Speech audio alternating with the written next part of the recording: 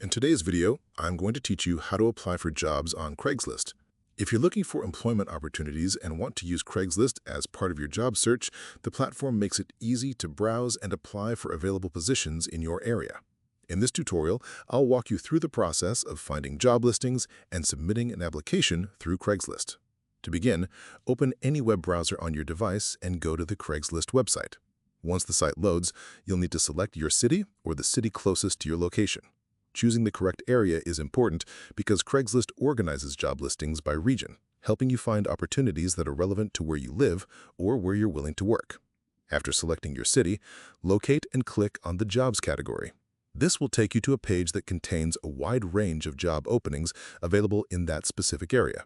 Depending on the size of the city, you may see listings from many different industries and employers. When the jobs page opens, use the search bar to look for positions that match your interests, qualifications, or career goals. Enter keywords related to the type of work you're seeking and browse through the available results. Once you find a job that interests you, click on the job title to open the full listing. Take some time to carefully read through the job description.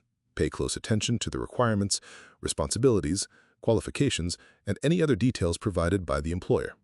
Understanding exactly what the position involves will help you determine whether it's a good fit before applying. As you continue reading, look toward the bottom of the listing for the application instructions. Many employers provide either a direct link to an online application form or contact information for submitting your application. If an application link is available, click on it and follow the instructions provided by the employer to complete the application process. Make sure all requested information is filled out accurately before submitting it. If there isn't an application link, return to the top of the listing and click the Reply button. This will display the available contact options for the employer. From the Reply menu, you can access the contact email provided for job applications.